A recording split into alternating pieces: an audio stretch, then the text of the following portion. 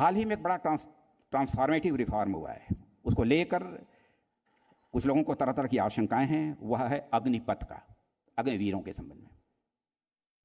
मैं यह आश्वस्त करना चाहता हूं, बहुत सोच समझ कर यह फैसला किया गया है।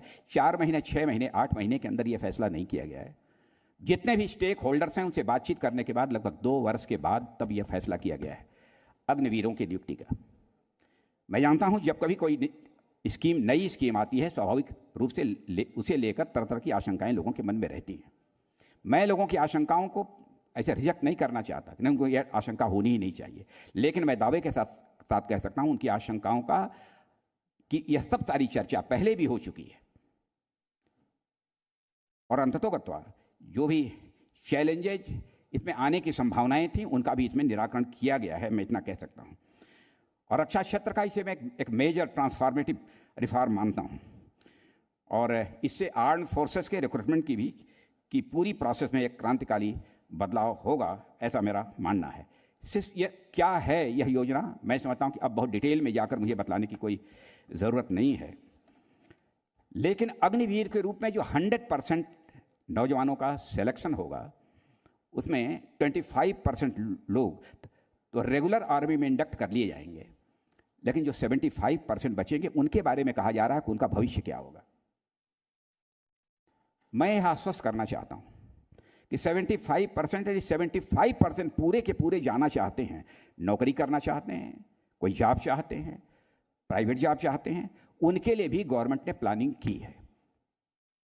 योजना लागू होने दीजिए, उसके बाद कहीं हम इसकी समीक्षा करते रहेंगे, हर प्रतिवर्ष इसकी हम समीक्षा करेंगे। कहीं भी कोई खामी होगी, कहीं कोई चैलेंज आएगा तो हम उसका मुकाबला करेंगे, उसको हम दूर करने की कोशिश करेंगे। यह हमारी गवर्नमेंट का यह संकल्प है।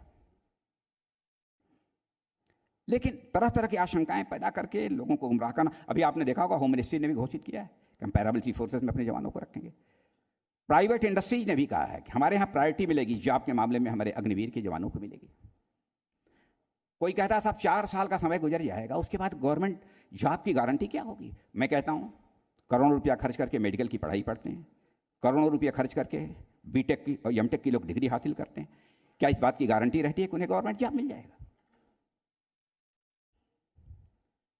तर्क के लिए तर्क नहीं दिया जाना चाहिए।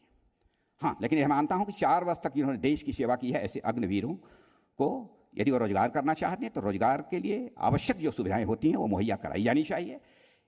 यदि वह अन्य किसी सरकारी सेवा में जाना चाहते हैं उसके लिए भी मुकम्मल व्यवस्था की जानी चाहिए। यह हमारी गवर्नमेंट का मानना है और इस काम को हम पूरा करेंगे।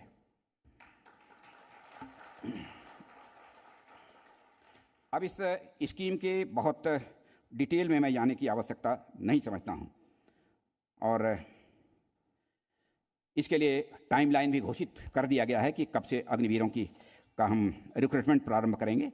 इसकी भी जानकारी आप सबको हो ही गई हो।